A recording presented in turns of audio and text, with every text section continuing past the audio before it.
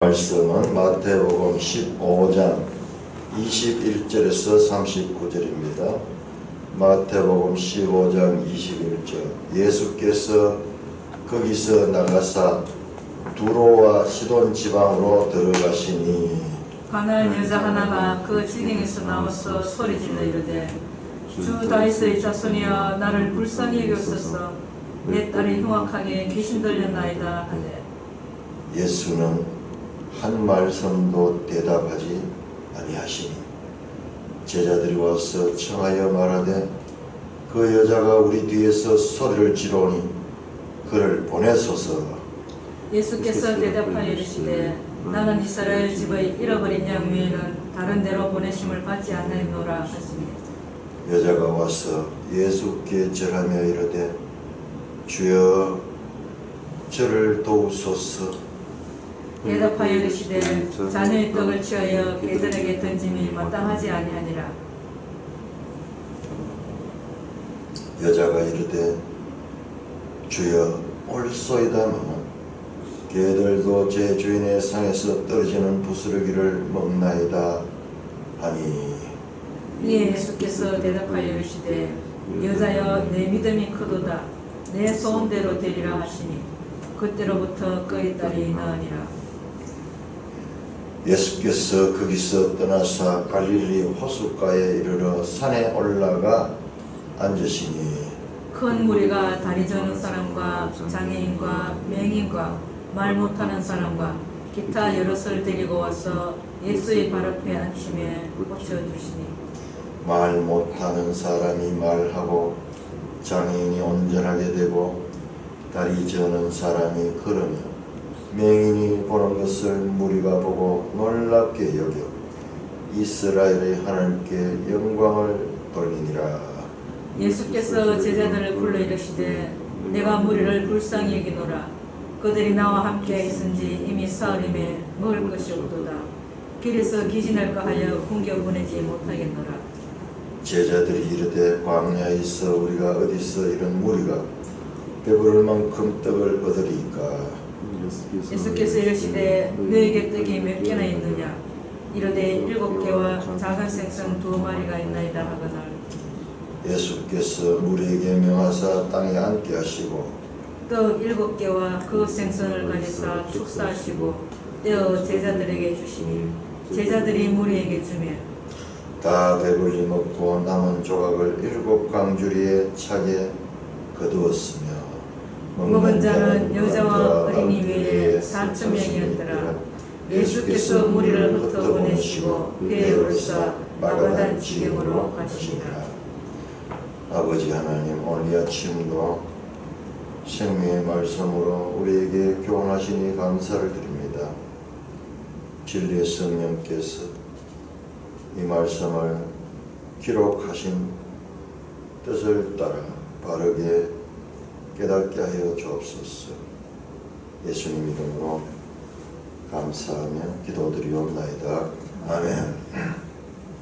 자, 오늘은 21절에서 28절까지 예수님께서 가나안 여자의 귀신 들린 딸을 고친 사건이 나옵니다. 자, 우리는 이 문맥을 따라 보면서 이런 일들은 엄청나게 많았다. 이런 일들은 지금 이게 한 개인의 사건이지만 그 앞에서도 보면 큰 무리들이 예수님께 말씀을 인하여 치유를 받고 심지어는 옷자락에도 만지면 낫겠다 하는 사람들이 와서 옷자락을 만지면서 나섰습니다. 그럼 이것은 특별한 개별 사건이 아니고 이 사건 속에는 하나님께서 말씀하시는 뜻이 여기에 깊이 담겨있는 사건입니다. 기적사건 그 자체보다도. 기적사건은 하나의 부수적인 것이고 그 많은 병자들을 고친 사건들 가운데 이 사건을 따로 이렇게 설명하는 것은 이 사건 속에 많은 하나님의 뜻이 함축되어 있기 때문에 그렇다라는 것을 우리는 잊지 말아야 됐습니다. 예수님께서 거기서 나가사 두로와 시돈 지역으로 갔다. 거기는 어디냐 그러면 우리 14장에 보니까 게네사렛 지역입니다. 우리 지도 한번 보겠습니다. 333쪽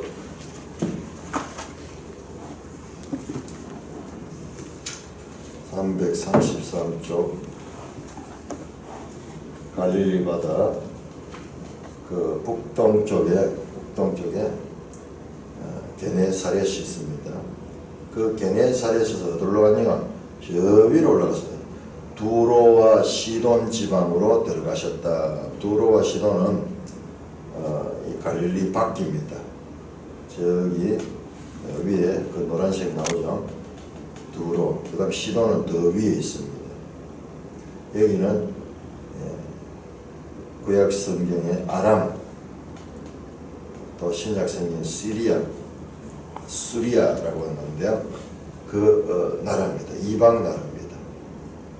인접한 이방 나라입니다. 예수님께서 이 갈릴리 지역을 벗어나셔서 두로와 시돈 지역으로 갔다. 자, 들어가니 가나안 여자 하나가 그 지경에서 나왔다. 가나안 여자가 거기에 살고 있다. 다른 복음서를 보면 이 가나안 여자는 스로보니게 여인이다 그렇게 나오는데, 스로보니게 수리아 페니키아, 이 두로와 시돈이 우리 그 서양사에서 나오는 페니키아입니다. 페니키아는 아주 거의 무역으로 앞선 나라고, 무역을 하다 보면은 세계 여러 나라의 문물들을 접하게 되고, 그러다 보니까는 그들이 아주 그 지혜롭고 그리고 많은 첨단 문화들을 접하게 되는, 그것뿐만 아니라 여러 나라들을 접하게 되는 그런 입장이 있기 때문에 사람들의 판단력이라든지 그리고 세상에 대한 이 이해가 아주 넓고 깊죠. 한번 생각해보세요. 한 자리에 앉아 농사만 짓고 있는 사람들하고 세계 여기저기를 돌아다니는 사람들하고 차원이 다르죠. 보는 관점이 다르고, 어느 곳에 들어가든지 거기에서 자기들의 목적을 달성하기 위해서는 그 문물을 이해를 해야 되고, 그래서 그 유명한 페니키아, 우리가 사용하고 있는 아라비아 숫자가 이 페니키아에서부터 시작이 됐다는 거예요. 장사를 많이 하니까. 그래서 페니키아 그러면 고대부터 아주 유명한 상선으로 유명하고, 그 다음에 전 지중해 지역을 다니면서 무역을 했고, 저 심지어는 북아프리카 쪽으로 거기까지도 들어갔습니다. 저 로마의 그 이탈리아 반도에 가면 베네치아 가면, 베네치아 북쪽에 베네치아 있는데 그 이름이 페니키아와 같은 겁니다. 같은 단어예요. 어떻게 해서 제가 거기까지는 잘 모르겠는데, 이 페니키아의 영향력이 이탈리아 반도에도 베네치아라는 같은 이름의 도시가 있을 정도고, 그다음에 우리 사도행전 보면은 사도행전에 베닉스 가는, 베닉스 섬에 베닉스라는 항구에 도착했다. 그런데 그 베닉스 가는 것도 이게 전부 다 페니키아하고 연관된 거예요.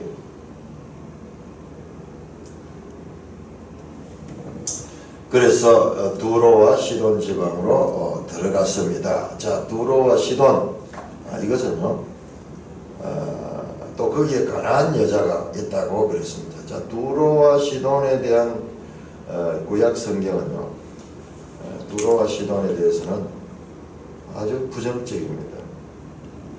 자, 우리 에스겔 28장 한번 볼까요? 에스겔 28장. 그냥 부정적인 정도가 아니고 이 바벨론처럼 그렇게 합니다. 자, 이런 역사적 배경을 알고 에스겔서 읽어보면 참. 자, 우리 에스겔 28장 1절에서 5절까지 교독하겠습니다. 또 여호와의 말씀이 내게 임하여 이르시되, 인자야, 너는 두로 왕에게 이르기를, 주여 여호와께서 이같이 말씀하시되, 내 마음이 교만하여 말하기를 나는 신이라 내가 하나님의 자리 곧 바다 가운데 앉아있다 하도다. 내 마음이 하나님 마음 같은 지 알지라도 나는 사람이요 신이 아니거늘. 이게 이거예요. 두로왕은 이 지중해를 다니면서 그야말로 움직이는 왕국이에요. 상권을 쥐고 있으면서 많은 이 재물을 얻었기 때문에, 그리고 얼마나 지혜롭겠어요. 외국 사람들하고 교역하려고 하면 언어를 습득해야 될 거 아니에요. 그리고 그들보다 앞서가지고 그 파악을 하고 그게 필요한 것을 공급해주고 여기 것을 사가지고 여기로 공급하고 이렇게 하려고 하다 보니까 소위 관리자예요. 지중해의 관리자예요. 그냥 붙박이로 있는 사람들은 차원이 다릅니다. 그러니 장사하는 사람들은요, 장사하는 사람들보다도 적극적인 사람이 없습니다. 우리 남북 문제도 지금 뭐 이렇게 되고 이랬지만 이 장사하던 사람들 눈에는 이걸 아주 빠른 거예요. 제일 먼저 들어가는 사람이 누구냐? 장사꾼들과 선교사들이 들어갑니다. 선교사들도 호시탐탐 영적인 물건을 팔기 위해 영적인 이 보화를 팔기 위해서 들어가고, 그 다음에 육적인 보화를, 이 물질적인 보화를 팔기 위해서 이 장사꾼들이 들어가고. 이 장사꾼들은 어디든지 안 들어간 데 없습니다. 우리 그 실크로드 해가지고 저 아라비아 상인들이, 이 페니키아 상인들이 우리나라 경주까지 가고 뭐 그런 적극적이고, 그리고 그러다 보니까 마음이 교만해져가지고 자기가 신이라고 생각해요. 자기가 신이라고. 네 마음이 하나님 마음 같으니 너는 사람이고 신이 아니다. 자, 우리가 어제 그 내용이 나오는데 하나님의 계명과 사람의 계명을 우리가 구별해야 되는데, 하나님과 사람을 구별하지 못하고 자신이 하나님의 자리에 있는 거예요. 3절에서 네가 다니엘보다 지혜로워서 은밀한 것을 깨닫지 못할 것이 없다 하고, 내 지혜와 총명으로 재물을 얻었으며 금과 은을 곡간에 저축하였으며 네 큰 지혜와 네 무역으로 재물을 더하고 그 재물로 말미암아 네 마음이 교만하였도다. 얼마나 지혜로운지 깨닫지 못하는 것이 없다. 그 지혜를 가지고 재물을 얻으니까는 엄청난 것을 가지고, 이 당시에 벌써 국제 무역을 했으니까는 이 소득이 엄청난 거예요. 그러니까는 교만합니다. 계속 그 이하 보면은 7절에 보면은 네 마음이 하나님 마음, 6절 후반절에 하나님 마음 같은 채 있고, 9절에 보면은 너가 너를 죽이는 자 앞에서도 네가 하나님이라 말하겠느냐? 너는 사람이요 신이 아니다. 그만큼 자기를 실적인 자리로 올리는 교만이 이 두로에 나옵니다. 17절도 보세요. 17절. 네가 아름다움으로 마음이 교만했으며 네가 영원로 네 지혜를 더럽혔으며. 이 두로 왕에 대한 죄악을 책망하는데, 교만이 아름다움과 지혜로움과 영화로움과 이 교만함, 그것 때문에, 그런 것들 때문에 교만해지는 그 모습이 나오는데요. 그런데 14절 보면 너는 기름 부음을 받고 지키는 그룹이다. 이게 뭐냐 그러면요, 이게 루시퍼예요. 루시퍼 그룹, 이 천사인데, 네가 하나님의 성산에서 불타는 돌들 사이에 왕래했도다. 이게 뭐냐 그러면 이게 에덴 동산에 왕래하면서 네가 지음을 받던 날 15절에 이 모든 길이 완전하더니 정말 완전했어요. 마침내 네게서 불의가 들어온다. 네 무역이 많으면 네 가운데 강포가 가다면 네가 범죄했다. 너 지키는 그룹아, 그러므로 내가 너를 더럽게 여겨 하나님의 산에서 쫓아냈고 불타는 돌들 사이에서 멸하였도다. 이 에덴에서 이 인류의 조상을 미혹하던 이 뱀과 이 두로 왕을 지금 일치시키는 거예요. 두로 왕의 지혜와 교만과 이러한 이 자기를 신으로 여기는 이와 같은 신성모독한 행동들은 사탄의 그 배경이 있는 거예요. 사탄의 교만이 이런 사탄이 천사들 가운데서도 가장 똑똑하고 어떤 분들은 음악적으로도 탁월하다 그래요. 너무 지혜롭고 그러다 보니까는 덕을 갖추지 못한 이 지혜는 결과적으로 교만하게 되고 교만은 결국 패망의 선봉이 되는 거예요. 이어서 20절 이후는 시돈이 받을 심판도 나옵니다. 그러니까 두로와 시돈은 구약성경에 아주 부정적인 그와 같은 지역입니다. 그런데 예수님께서 거기에 들어갑니다. 그런데 거기에 가난한 여자가 거치에서 나왔다. 두로와 시돈 안 그래도 악의 이 근원지가 되고 이게 솔로몬 시대 때 여기와 교역을 많이 했거든요. 그 솔로몬의 부패는요, 이 두로와 시돈을 털어들어오는 우상들 때문에 망합니다. 두로와 시돈은 전 세계를 다니면서 그 무역을 하면서 온갖 우상들이 거기에 집결되어 있다가 거기에서 또 온 이 지역으로 이것이 수출됩니다.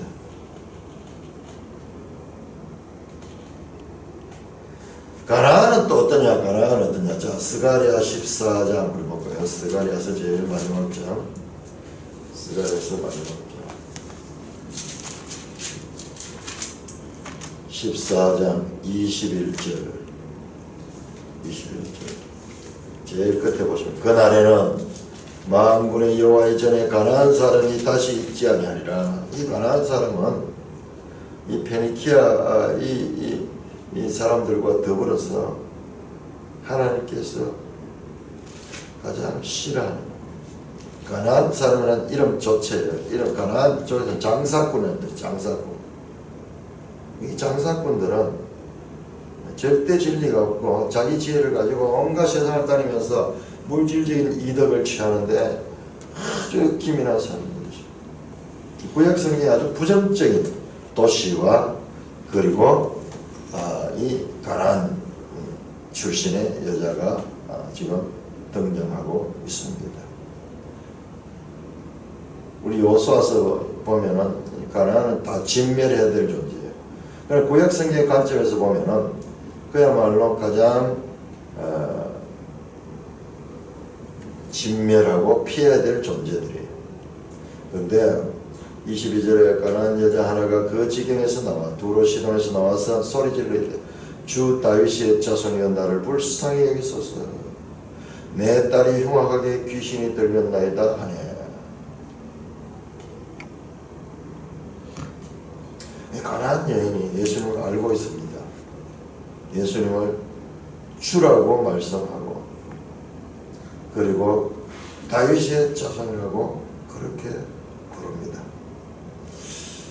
자, 마태복음은 다윗의 자손, 아브라함과 다윗의 자손 예수 그리스도에 관한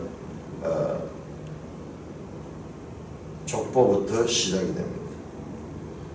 그리고 군데군데 특별히 맹인들이 예수님을 다윗의 자손으로 그렇게 알아보았던 내용을 우리가 앞에서 9장 27절, 12장 23.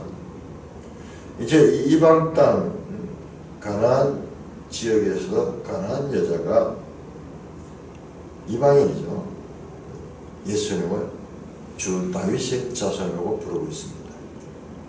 자, 우리는 예수님의 사역들 가운데서 계속 많은 무리들이 오고 소문이 점점 퍼져나가는 것을 보았습니다.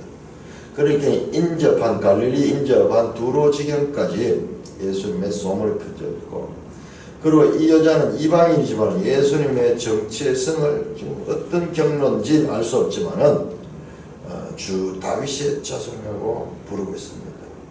우리 마태복음에서 예수님의 호칭을 부를 적에 다윗의 자손이라고 부르는 것은 예수님의 정체성을 가장 잘 이해하는 거예요. 마태복음이 시작할 때 다윗의 자손 예수 그리스도의 세계라. 그리고 다윗과 예수님을 연결해서 족보를 설명하면서 우리가 앞에서 확인했습니다. 그 이방 여인이 예수님을 바르게 지금 인식하고 나를 불쌍히 해볼 말씀이 나에게 자비를 베푸소서. 나를 불쌍히 여기소서. 왜? 내 힘으로 할 수 없는 내 딸이 흉악하게 귀신이 들려서 사람으로서는 고칠 수 없는 이와 같은 불행한 처지에 제가 놓여 있습니다. 주님이시여, 다윗의 자손이신 주님은 나를 내 문제를 해결할 수 있습니다. 이와 같은 의미가 이 속에 함축되어 있습니다.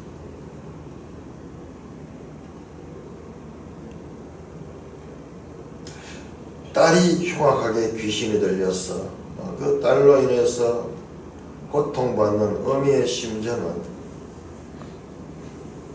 참으로 형을 하기 힘듭니다. 이건 당해보지 않은 사람은 말할 수 없는 고통입니다. 우리 주변에서도 그런 경우를 본 적이 있는데 젊은 청년들이요, 잠을 자지 않고 때때로 가다가는 고함을 지르면서 온 주변 사람들에게 놀라게 하고 그렇게 하고 있습니다. 그런 경우를 보았습니다. 흉악하게 귀신이 들렸습니다.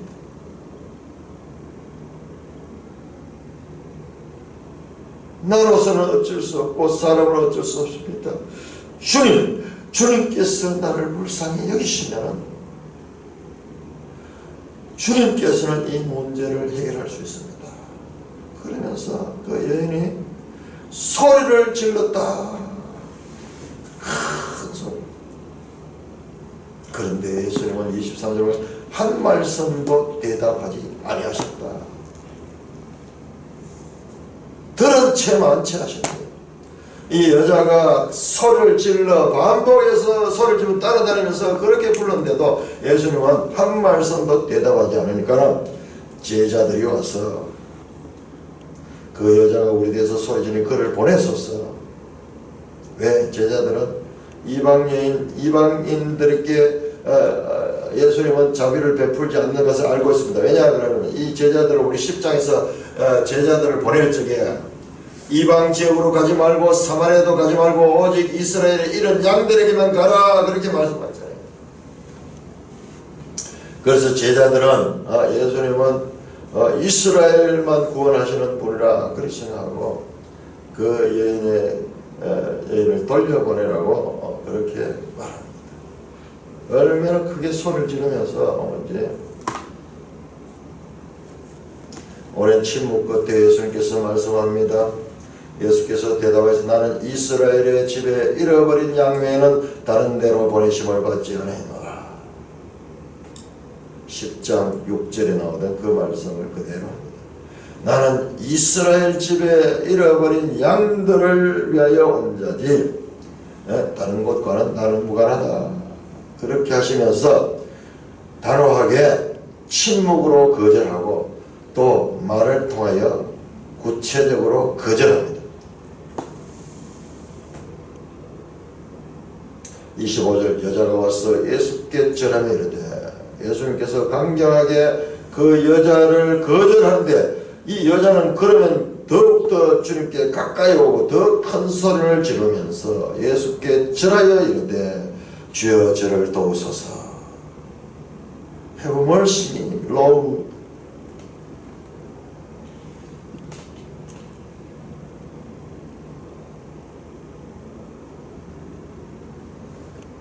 예수님께서 그녀에게 다시 말합니다. 자녀의 떡을 취해서 개들에게 던짐이 마땅하지 아니하라. 여기서 자녀는 이스라엘을 가리키고 개들은 이방인들을 가리킵니다. 말할 수 없는 모욕과 굴욕을 이 여인은 지금 당하고 있습니다. 안 그래도 딸 때문에 상처받은 여인에게 마치 상처에다가 이 흠집을 내듯이 주님께서는 가혹하게 그녀에게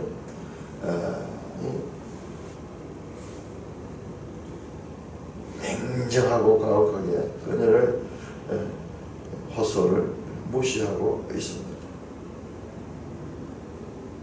잔이 떡을 줘요. 개들에게. 우리 앞에서 봤는데 두로, 시돈, 이쪽은 교만, 그 지혜와 그 물질로 인하여 교만한 그런 지역인데, 그런데 이 여인이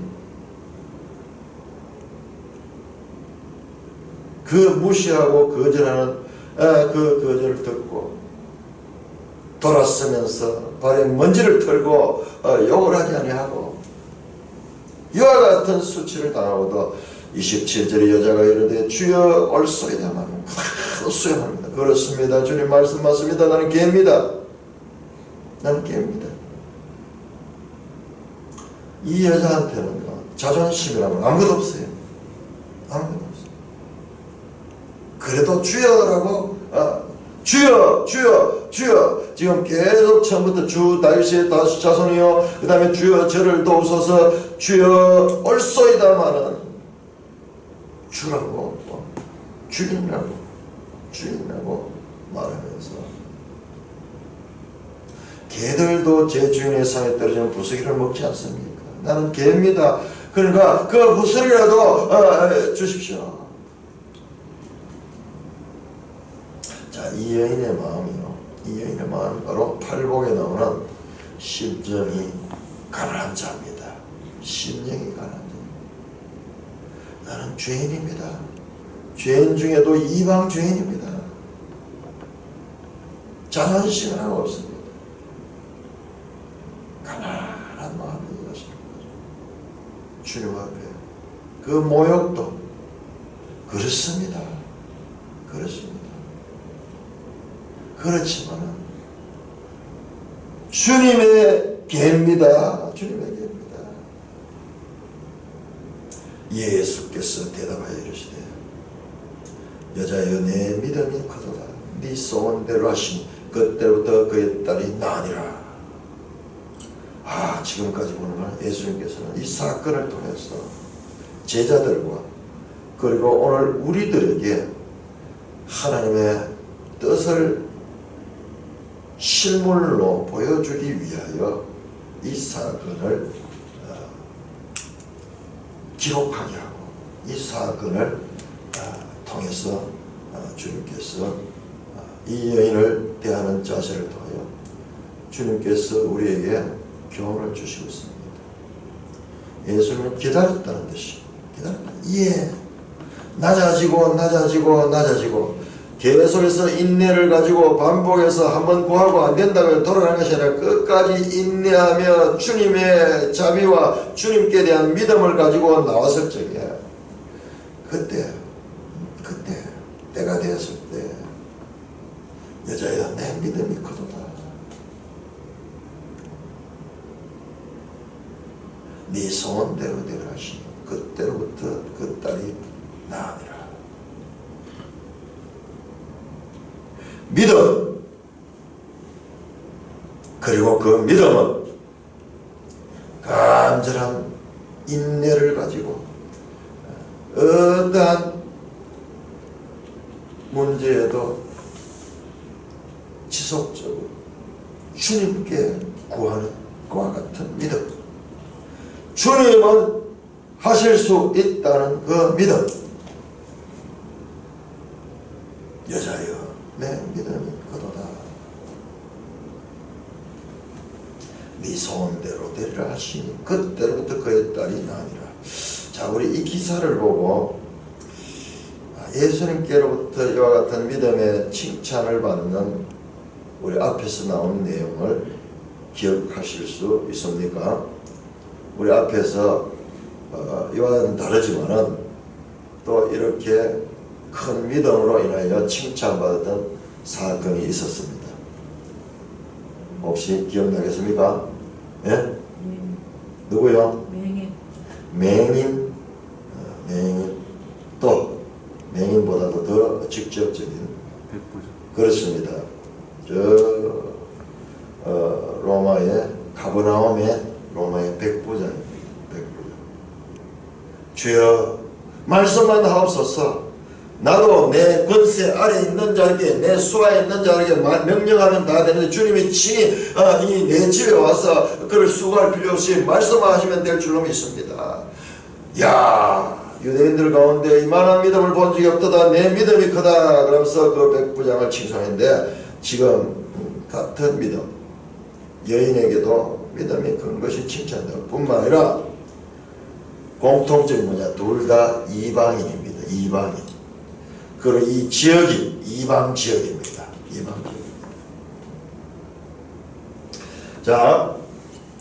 자, 구약과 신약의 관계. 우리 앞에서 보입니다. 두로, 시돈, 그리고 가나안.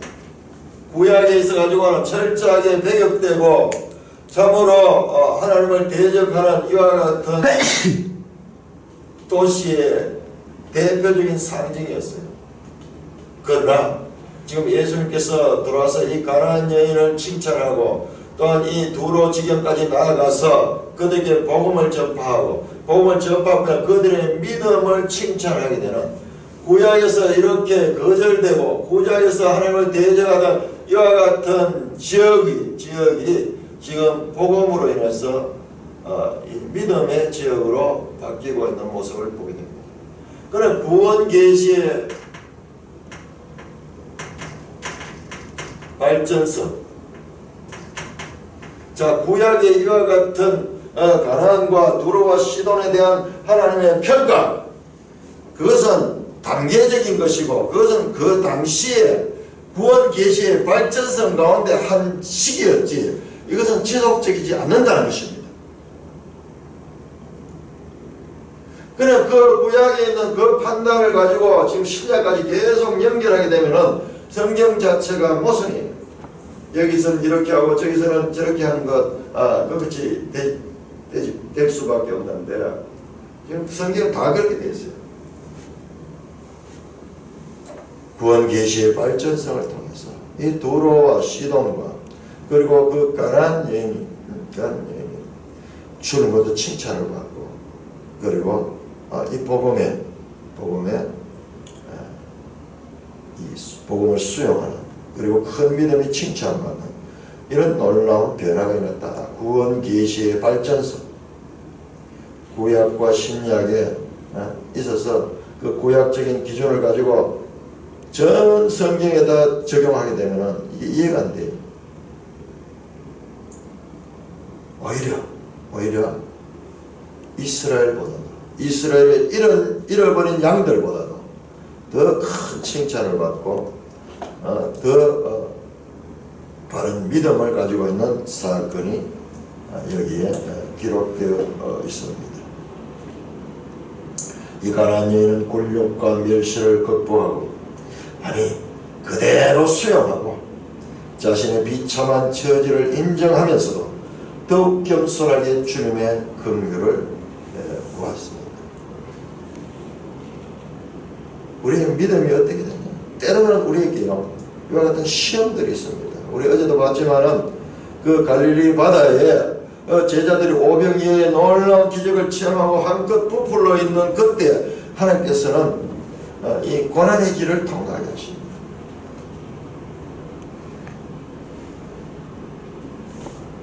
이미 가나안 여인에게도 이와 같은 칭찬이 있기까지, 문제가 해결되기까지 예수님께서는 그의 믿음을 드러낼 수 있도록 오히려 그녀에게 어려움을 더하였습니다.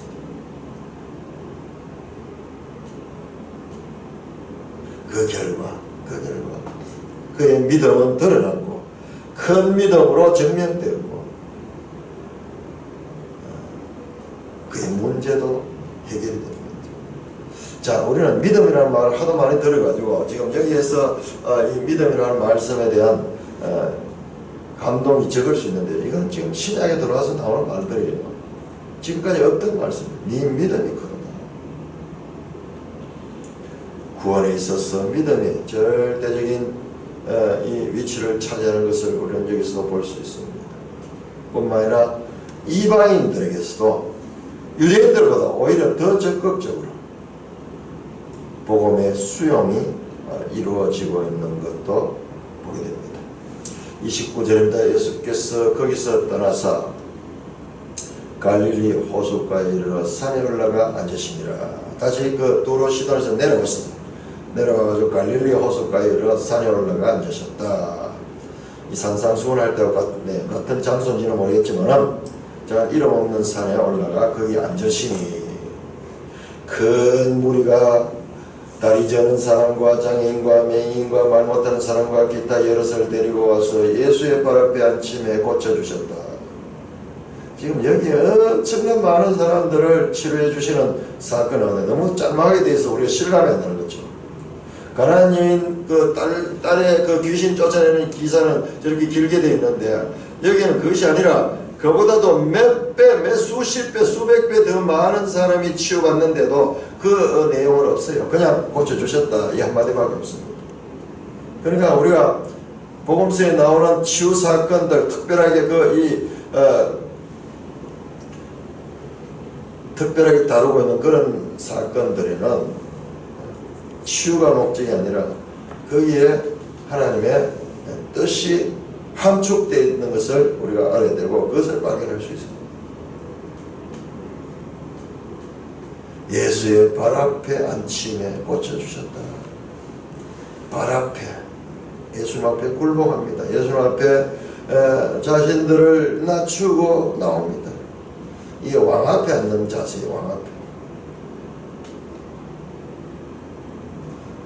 예수님은 산에 올라가 거기 앉아 계신 보좌에 앉듯이 광야 이 산에 이 바위 위에 앉으셨겠죠. 근데 그게 보좌예요. 주의 보좌예요. 그 앞에 사람들이 나오니 다 고쳐줬습니다. 31절 말 못한 사람이 말하고 장애인이 온전하게 되고 다리 저는 사람이 걸으면 맹인이 보는 것을 무리가 보고 놀랍게 여겨 이스라엘 하나님께 영광을 돌리라. 천국이 임했습니다. 천국이 임하니까 모든 죄로 인해서 생겨난 모든 것들이 해결이 됩니다. 큰 무리입니다. 30절에 보면 큰 무리가 갈릴리 호숫가의 큰 무리들은 장애인들, 병자들, 불구자들이었습니다. 어디를 가나 이러한 사람들이 넘쳐납니다. 지금도 마찬가지예요. 지금도 전부 들앉아 있어서 그렇지 만약 지금 이 시대에 예수님이 와서 그 예수님 만나면 이 모든 이 문제가 해결되고 이 병들, 불치병들이 고침을 받는다 그러면은 곳곳에 숨어있던 사람들이 나올 거예요. 큰 무리가 인산인해를 이룰 것입니다.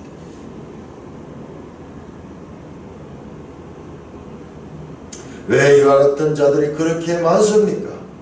이는 그만큼 죄가 온 세상에 편만한 것을 보여줄 것입니다. 수많은 사람들이 죄와 비참함에 빠져 구원을 소망하고 있습니다. 예수님께서는 이러한 세상에 오셔서 많은 사람들을 고쳐주십니다. 하나님의 사랑은 모든 사람에게 베풀어집니다. 이들은 믿는 자가 아닌 그냥 무리입니다. 무리. 엄청나게 고쳐줬대. 이게 얼마나 고쳐줬느냐. 31절 예수께서 제자를 불러서 내가 무리를 불쌍히 했다. 이들을 불쌍히 계십니다. 왜? 그들이 나와 이미 사흘이나 되었어요. 자, 7병이어 사건이 지금 나오는데 앞에 나오는 5병이어 사건과 비슷해가지고 이 본문들이 많은 자유주의 신학자, 비평, 성경 비평학자들에서 공격을 받는 본문이에요.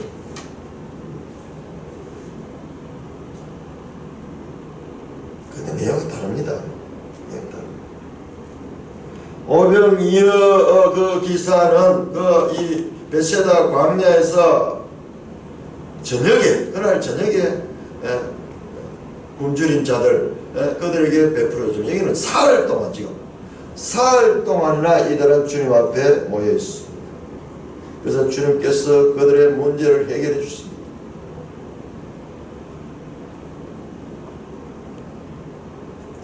그들이 이제 예수님을 떠나서 돌아가야 되는데 먼 길서 올라왔기 때문에 그들이 이 사흘 동안 이 굶주리고 그렇게 있었으므로 돌아가다 다 기진해가지고 굶어 죽을 수도 있겠다. 기진할까요 굶겨보내지 못하겠노라. 예수님의 긍휼함, 무리를 불쌍히 여기심이 나옵니다. 믿는 자나 믿지 않는 자나 무리나 제자나 동일하게 주님께서는 긍휼을 베풀어 줍니다. 33절 제자들이 이르되 광야에서 우리가 어디서 이런 무리를 배부를 만큼 떡을 얻으리까. 오병이 여섯 기사와 거의 같은 말을 합니다. 자, 여러분 보십시오. 먹고 사는 문제는 먹고 사는 건 늘 현재적이고 늘 긴급합니다. 그래서 이 기사는 다시 한 번 더 반복하면서 이런 문제가 늘 우리에게 부딪히는 걸 알게 되고, 자, 오병이의 기적을 경험한 제자들인데요, 경험하지 않는 자들과 똑같이 다시 주님 앞에 묻습니다. 우리가 어떻게 하겠습니까? 어디서 떡을 얻을 수 있겠습니까? 주님께서 공급해 주신다는 것을 그들은 또 잊어버린 거예요. 잊어버린 거예요. 자, 우리는요, 이런 문제는 우리가 한번 경험했다고 해가지고 늘 그것이 제대로 깨닫고 삶에서 적용되느냐? 그렇지 않습니다. 여러 번 반복됩니다. 같은 실수가 여러 번 반복되는 것이 우리의 문제고, 특별히 먹고 사는 문제는 우리의 일생 반복되는 문제입니다.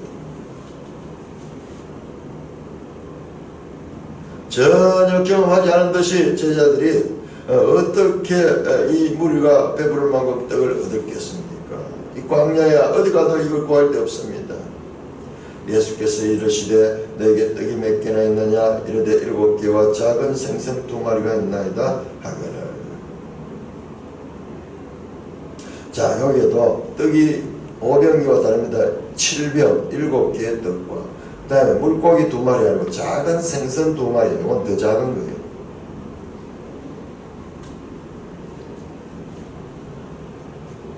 원어로 보면은 다르게 되어 있어요. 예수께서 무리에게 명하사 땅에 앉게 하시고 떡 7개와 그 생선을 가져다 축사하시고 떼어 제자들에게 주시, 제자들이 무리에게 줬다. 똑같이 오병이 때마다 하나님께 축사하고 제자들에게 나눠주니까 제자들이 무리에게 주었습니다. 다 배불리 먹고 남은 조각을 7 광주리에 차게 거두었다. 자, 7 광주리. 자, 광주리하고 저기 14장 20절에 나오는 것은 12바구니 있어요. 12바구니. 12바구니가 가득 찼다. 근데 여기는 7 광주리에 찼다. 이것도 원어가 확실히 달라요. 바구니보다는 광주리가 훨씬 더 큽니다. 광주리가 훨씬 더 큽니다. 광주리는 사람이 들어갈 수 있을 정도로 큰 거예요. 우리 사도행전 보면 사도 바울이 어느 성에서 이제 이 피신을 할 적에 광주리를 타고 내려온 장면인데 그 단어예요. 그 단어. 7 광주리. 오병이어 사건은 12바구니. 12바구니. 오병이어 사건은 이스라엘 12지파가 연상되고, 그리고 7 광주리는 7이 완전수잖아요. 완전수. 그와 같은 수적인 상징을 또한 가지고 있습니다. 배불리 먹고 남은 줄. 하나님은 누구시냐? 우리에게 넘치도록 주셨습니다. 넘치도록 주셨습니다. 처음부터 먹고 사는 문제는 우리가 걱정할 게 아무것도 없었어요. 에덴 동산에는 먹을 것이 넘쳐났습니다. 땀 흘려 일해서 얻을 필요가 없었어요. 그런데 죄로 말미암아 일어난 것이 우리가 수고하고 땀을 흘려야 먹을 것을 구할 수 있는 그와 같은 상태입니다. 그러나 그 하나님께서 이 천국에 오면 그 천국에서는 먹을 것은 넘쳐납니다. 넘쳐납니다. 먹은 자는 여자와 어린이 외에 4,000명이니라. 예수께서 물을 흩어보내시고 배우로서 마가단 지경으로 가셨다. 이방인들은 늘 물질적인 문제로 염려하고 근심합니다. 주는 백성은 이들과는 달리 먼저 그 나라와 그 의를 구해야 합니다. 그래야만 하나님께서 신자들에게 경제 문제를 넘치도록 공급해 주십니다. 이게 믿음이에요. 먹고 사는 문제 늘 세상 사람들은 늘 그것입니다. 우리는 그 나라와 그를 구하면 하나님께서 먹여주시는 것을 오늘날도 마찬가지입니다. 하나님께서 선하게 인도하시죠. 자, 그래서 베오사 어디로 갔느냐? 마가단 지경으로 갔다. 다시 우리 지도 한번 볼까요? 333쪽.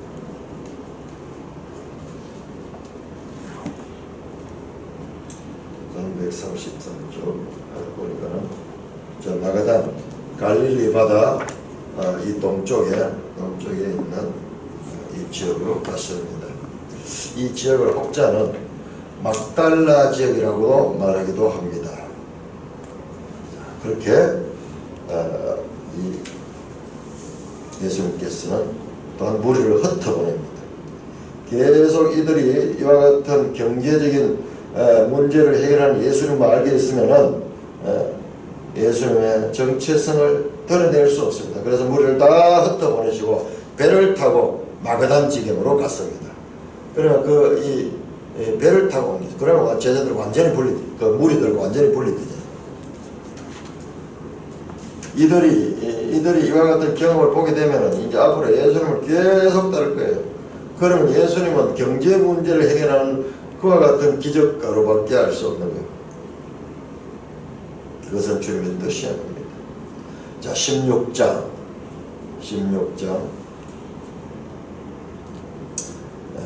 1절에서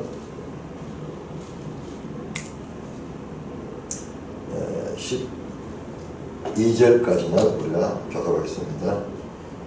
마태복음 16장 1절 바리새인과 사두개인들이 와서 예수를 시험하여 하늘로부터 오는 표적 보이기를 청하니 예수께서 대답하여 이르시되 너희가 저녁에 하늘이 붉으면 날이 좋겠다 하고 아침에 하늘이 붉고 흐리면 오늘은 날이 굳겠다 하나니 너희가 날씨는 분별할 줄 알면서 시대의 표적은 분별할 수 없느냐. 악하고 음란한 세대가 표적을 구하나 요나의 표적밖에는 보여줄 표적이 없느니라 하시고 그들을 떠나가시니라. 제자들이 건너편으로 가시에 떡 가져가기를 잊었더니 예수께서 이르시되 삼가 바리새인과 사두개인들의 누룩을 주의하라 하시니 제자들이 서로 논의하여 이르되 우리가 떡을 가져오지 아니하였도다 하거늘 예수께서 하시고 이르시되 믿음이 작은 자들아 어찌 떡이 없음으로 서로 논의하느냐. 너희가 아직도 깨달음을 갖지 못하느냐. 떡 5개로 5,000명을 먹이고 준 것이 몇 바구니며 떡 7개로 4,000명을 먹이고 준 것이 몇 강줄이었는지를 기억하지 못하느냐. 주님은 잘 구별하죠. 바구니와 강주리를. 어찌 내 말한 것이 떡에 관함이 아닌 줄 깨닫지 못하느냐.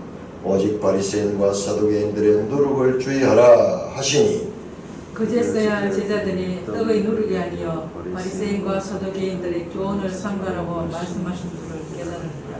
자, 우리는 이 마태복음 예수님 기사를 보면서 계속 예수님 기사는 제자들과 연관되어 있다는 것을 놓치지 말아야 됩니다. 제자들을 가르치신다. 구속사진 관점 보면 예수시대에서 사도시대의 연속성을 위해서 이 연속은 어디서 오느냐? 가르침에서 연속됩니다. 저와 여러분들도 지금 이와 같은 가르침을 통해서 교회는 이 가르침을 통해서 주님의 제자들로 만들어지는 것이에요. 이 가르침이 끊어지면은 의미가 없어요. 하나의 종교적인 의식밖에 되지 않아요. 자, 이때 바리새인과 사두개인들이 와서 예수를 시험했다. 자, 앞에서는 예루살렘에서 이 바리새인들이 와서 예수님을 시험했는데 이번에는 바리새인과 사두개인. 자, 사두개인이 참 등장합니다. 사두개인. 이들은 어떻게 왔으며 예수를 시험하기 위해서 예수님을 넘어뜨리기 위하여 무엇을? 하늘로부터 오는 표적을 보이기를 청했습니다. 당신이 그렇게 기적을 많이 행한다 한데 하늘로부터 오는 표적을 우리에게 한번 보여달라. 그렇게 요청합니다.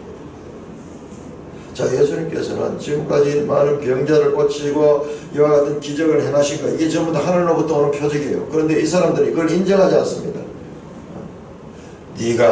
네가 하늘로부터 온 표적을 한번 해봐라. 네가 하늘로부터 왔다는데, 하나님의 아들이라는데, 그렇다면 네 표적을, 네가 그 증거를 한번 해봐라. 모든 것이 예수님이 하늘로부터 온 표적이었습니다. 예수께서 대답하여 이르시되 너희가 저녁에 하늘이 붉으면 날이 좋겠다고 아침에 하늘이 붉고 흐리면 날이 곱겠다 하느니 너희가 날씨는 분별하지만 시대의 표적을 분별하지 못하느냐. 사람들이 일기를 탁 보면은 아침에 이 해와 이 하늘의 조짐을 보고는 기상을 분별하는데 시대의 표적을 분별할 수 없느냐. 시대의 표적은 구약 성경을 통하여서 하나님께서 말씀하신 그 날이 되면은, 메시아가 때가 되면은 저는 자가 걷게 되고 소경이 보게 되고 힘없는 자가 듣게 되고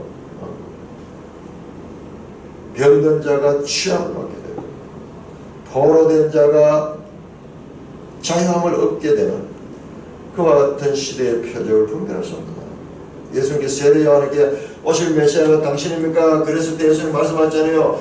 이와 같은 이 저는 자가 걷고 보지 못한 자가 보게 되고 듣지 못한 자가 듣게 된다. 이사야에 나오는 시대의 징조를 가르쳐 줌으로 말미암아 자신이 메시아임을 드러냈습니다.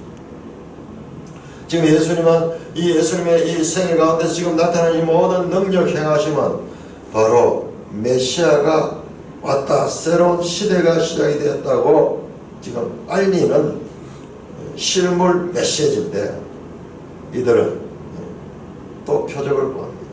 그때 예수님께서는 그들 앞에서 기적을 행하지 않고 말씀합니다. 악하고 엄나는 세대가 표적을 구하는 요나의 표적밖에는 보여줄 표적이 없느니라 하시고, 이 앞에 12장 39절에 나왔던 이야기와 똑같습니다. 12장 19절 또는 12장 39절 나옵니다. 악하고 엄나는 세대는 표적만 구한다. 권세자가 이 땅에 왔는데 그 권세자의 능력, 그것밖에 보지 못하는 것이 악하고 엄나는 세대다.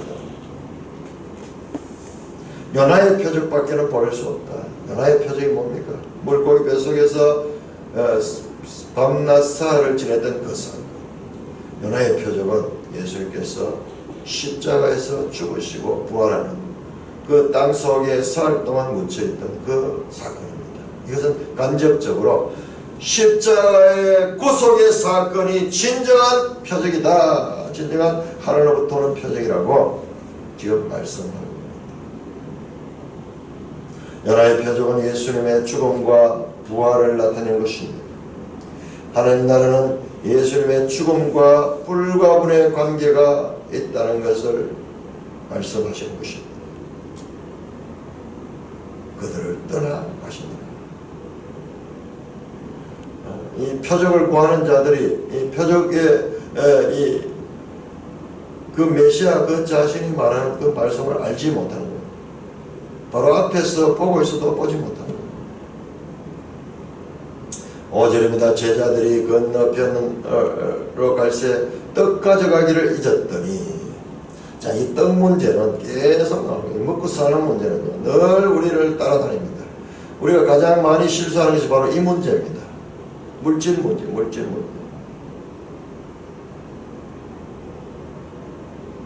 이것은 수시로, 하루에도 몇 천, 큰 은혜를 입어도 이 떡 문제는, 이 물질 문제는 늘 우리를 떠나지 않고 있습니다.